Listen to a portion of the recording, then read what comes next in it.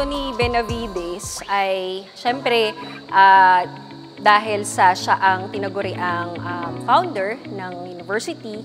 So, ba't may 4 na leon? Bakit may 8 elephant? Una, ano ba yung sinisimbolo nung mga hayop na yun? No? So, pag tinignan natin sa iba't ibang libro, ang elepante at leon ay nagsisignify ng stability, loyalty, strength, na siyang taglay, no, ng universidad bilang pinakaunang academic institution at pinakamatandang academic institution, hindi lamang sa Pilipinas, gayon din sa buong Asia.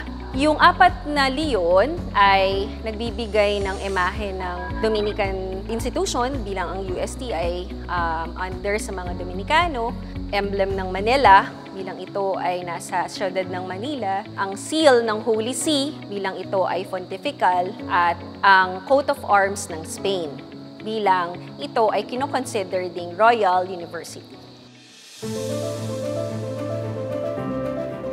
Ang Benavides statue ay original na inilagay, no, sa Intramuros at itinayo noong 1891. So, pagkaraan ng gyera, nilipat yan sa ating present institution, kung kaya't kapag tiningnan mo yung statue ni Benavides, meron kang makikita ng mga bullet shots sa ulo, sa leeg, no, na siyang nagpapatibay na ito ay inilipat, no, mula sa original na lokasyon patungo sa panibagong lokasyon ng universidad. Although, hindi naman siya pwedeng sabihin na panibago lamang kasi nung panahon bago ang gyera, may 2 universidad ng Santo Tomas, isa sa Intramuros, isa dito sa Sampaloc.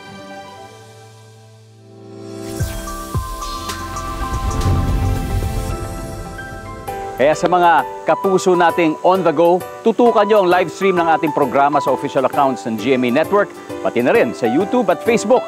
At mag-comment din kayo sa ating mga kwentong amazing.